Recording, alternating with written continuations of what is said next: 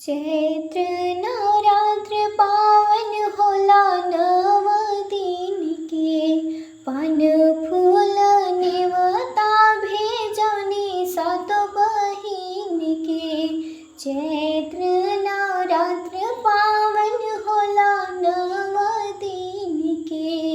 पान फूल नेवता भेजनी 7 बहिन के। नेवता करीना स्वीकार ए देवी मैया आइल बानी तोहरे दुआर।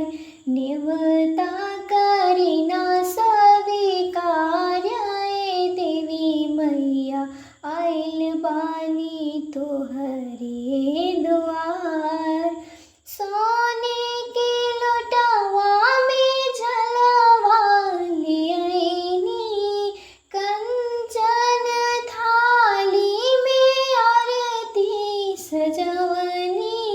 सोने के लोटवा में झलवा ले आईनी, कंचन थाली में आरती सजवनी।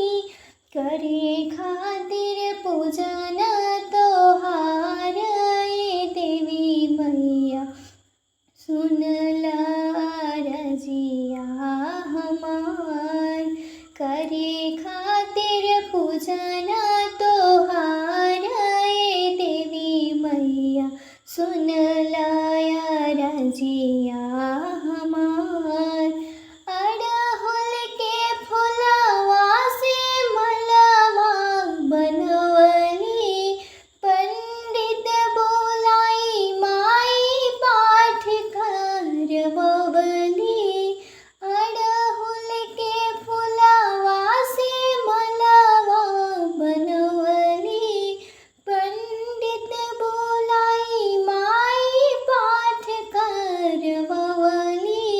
पूरा दाना मनवा के आस ए देवी मैया तोहरे पे बाटे विश्वास।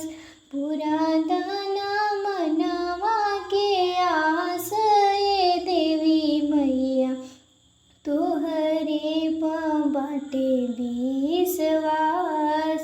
मांगी नाही अनधन औरी खजनवा, हमनी के दे द माई बुद्धि और ज्ञानवा।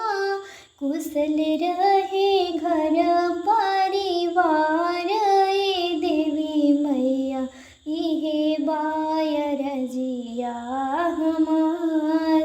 सुनला रजिया हमार ए देवी मैया खुश